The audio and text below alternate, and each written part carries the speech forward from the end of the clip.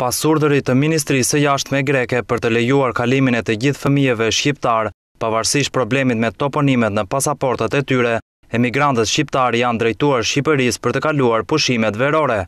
Kjo ka bërë që në doganën e Kakavijës të ketë fluks të emigrantëve, të cilët kërkojnë të kalojnë kufirin shqiptar.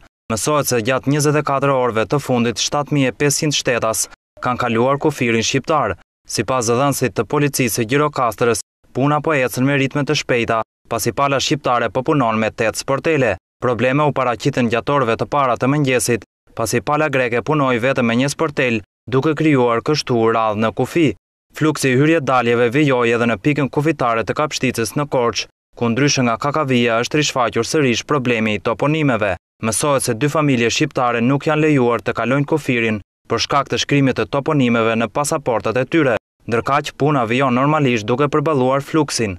Numri i emigrantëve të rikthyer në Shqipëri gjatë kësaj vere ka qenë më i ulët se në vitet e tjera, për shkak të problemit të emërtimeve të vendlindjeve greke të fëmijëve shqiptar. Ngërçi mes vendit tonë dhe atij grek për problemin e toponimeve mori dje zgjidhje të përkohshme. Ministria e Jashtme greke njoftoi se do të lejohen të kalojnë kufirin të gjithë fëmijët e emigrantëve shqiptar, pavarësisht emërtimeve aktuale në pasaporta deri në datën 5 shtator.